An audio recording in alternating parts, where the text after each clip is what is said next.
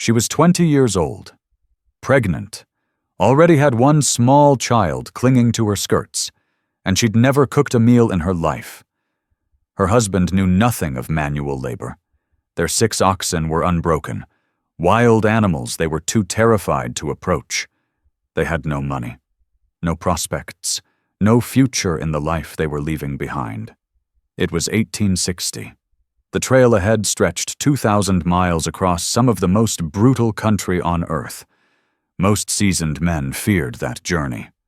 Lavinia Honeyman Porter was about to attempt it as an inexperienced, pregnant mother with a husband who'd never done a hard day's work.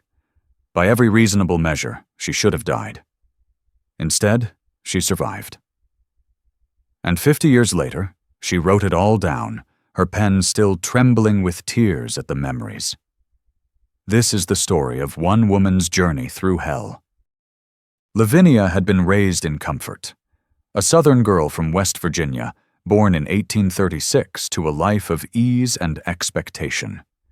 She married James Porter, a professional man. Educated, refined, utterly unprepared for catastrophe. Bad business decisions came first, then imprudent speculation.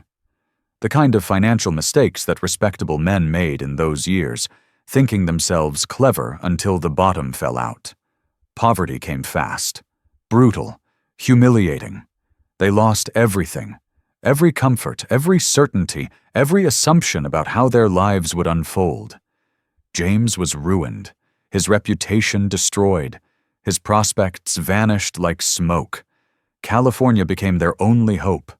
The West, that mythical place where ruined men could start fresh, where failure could be erased by distance and hard work, where nobody asked questions about your past because everyone was running from something, but they had almost nothing. Barely enough to buy a wagon and 6 oxen. Those oxen, wild, unbroken creatures that had never felt a yoke. Lavinia would later write about them with dark humor, calling them 6 white elephants on our hands, animals they were afraid to even approach. They knew nothing. Nothing about driving oxen. Nothing about life on the trail. Nothing about the 2,000 miles of desert, mountains, rivers, and death that stretched between Missouri and California. James couldn't do manual labor. Lavinia couldn't cook. They had a toddler son. And Lavinia had just discovered she was pregnant again. They were doomed. Everyone knew it. But they had no choice. Poverty in the East meant slow starvation and permanent disgrace. California offered a chance, however slim. They joined a wagon train and headed west. The hardest moment came before the journey even began. Saying goodbye to her sister. 50 years later, Lavinia still wept when she thought about it. That final embrace, knowing they would likely never see each other again. The West swallowed people whole. Women who went west rarely returned. Her sister begged her not to go, pleaded with her to find another way, any other way. But there was no other way. The decision had been made. The wagon was packed. The trail waited. Lavinia held her sister one last time. Then she turned her back on everything she'd ever known and climbed into a wagon pulled by animals she couldn't control, heading into a wilderness that killed the strong and experienced. She was 20 years old, pregnant, terrified, but she went anyway. That was courage, not the absence of fear. But moving forward despite it. The California Trail in 1860 was a graveyard stretched across half a continent, every mile marked by wooden crosses, fresh graves, old graves, graves of children, graves of mothers, graves of strong men who'd thought themselves invincible. Cholera took the most. The disease swept through wagon trains like wildfire, killing in hours. A man healthy at breakfast could be dead by sundown, his body hastily buried beside the trail because you couldn't stop. You never stopped. Stop and you fall behind and you die alone. Lavinia saw it all. Bodies wrapped in blankets, lowered into shallow graves covered with rocks to keep the wolves out. Mothers weeping over dead children. Men digging graves for wives who'd died giving birth in a wagon on the endless prairie. The graves became landmarks. At the grave with the broken wheel, turn north. 3 miles beyond the Ohio woman's grave, there was water. Death was so prevalent that it turned into geography. She passed swollen rivers where wagons had tipped, drowning entire families. She saw the wreckage of dreams scattered beside the trail. Furniture abandoned, books thrown away, everything discarded to lighten loads when the oxen weakened. The trail was littered with tombstones of ambition, every luxury left behind, every non-essential item cast off. The West demanded sacrifice, and it took payment in both possessions and lives. Lavinia walked most of the way. Pregnant, exhausted, but walking because the oxen were failing, and every pound mattered. Her son walked when he could, rode when he couldn't. She rationed food, rationed water, rationed hope. 6 months of walking, 6 months of dust and heat and fear, 6 months of wondering if today would be the day her family joined the graves beside the trail. Nobody taught Lavinia how to cook over an open fire, or how to stretch provisions when supplies ran low. She learned by failing, by burning food, by wasting precious flour, by making mistakes that could have killed them if those mistakes had been too frequent or too severe. James learned to manage the oxen through sheer desperation. Those wild animals that had terrified them in Missouri became, through necessity, their lifeline. He learned to yoke them, drive them, keep them moving when they wanted to stop. Neither of them had any business surviving. They lacked every skill the trail demanded, but they learned. Fast, or they would have died. The wagon train helped. Experienced hands showed them the basics.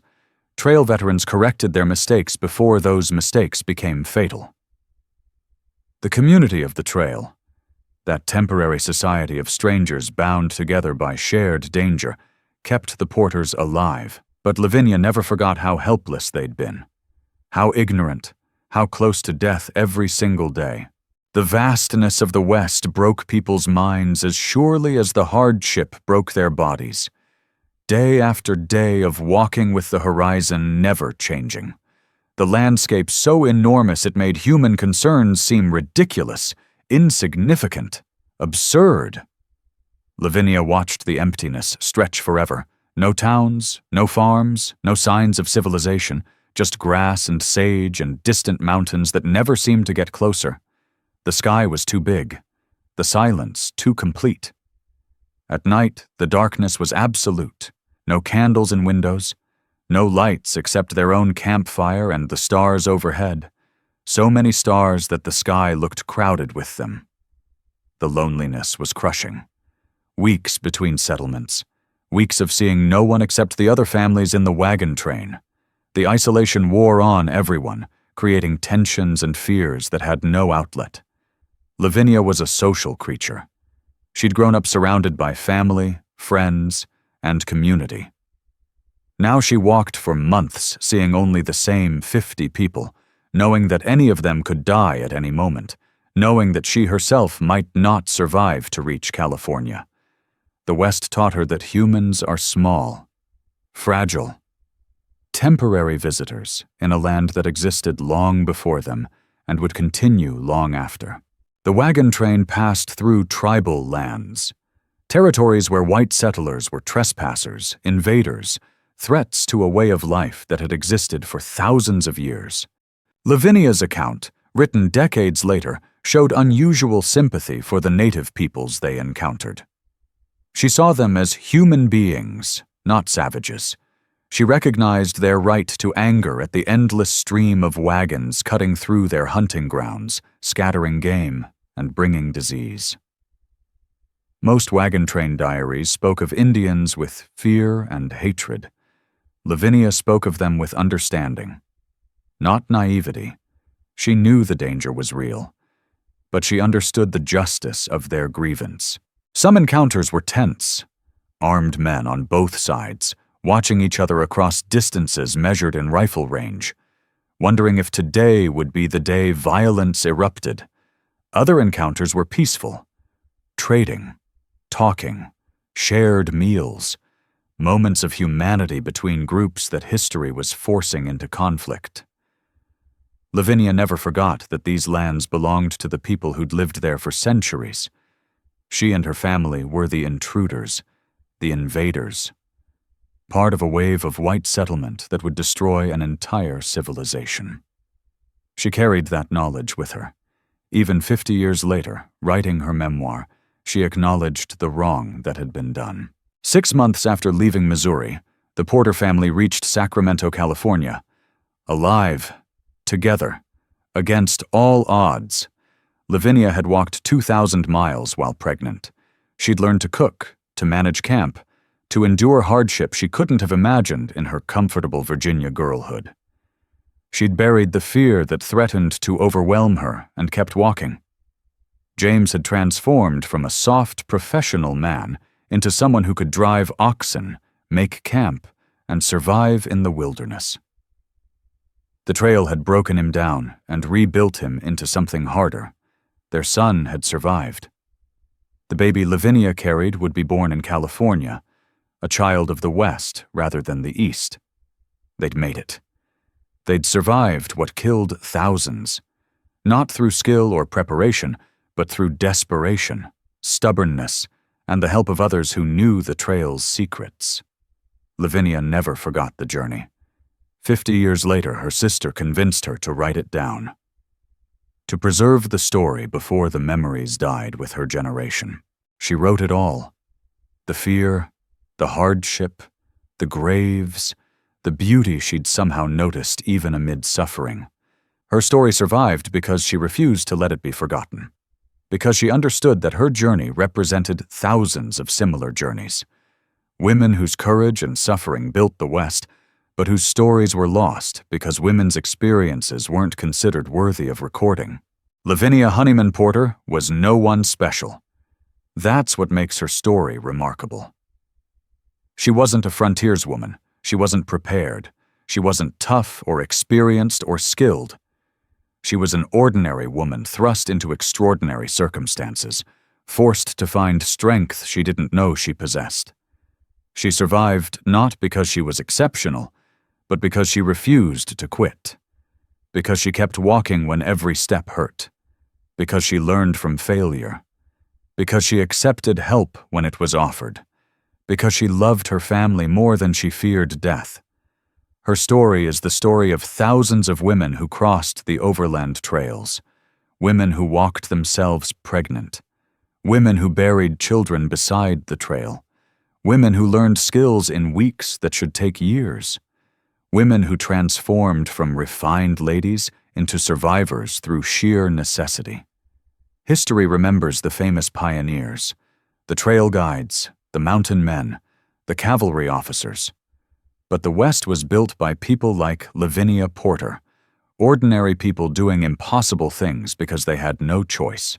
Her memoir remains one of the finest accounts of overland migration precisely because she was inexperienced. She saw everything with fresh eyes. She recorded the details that experienced travelers took for granted. She remembered the fear, the wonder, and the cost. When you read her words, written 50 years after the journey, you can still hear her voice trembling, still feel her grief at parting from her sister, still sense her amazement that she survived. Lavinia Honeyman Porter walked into history as an unprepared, pregnant girl and emerged as a woman who'd crossed a continent. Her story deserves to be remembered.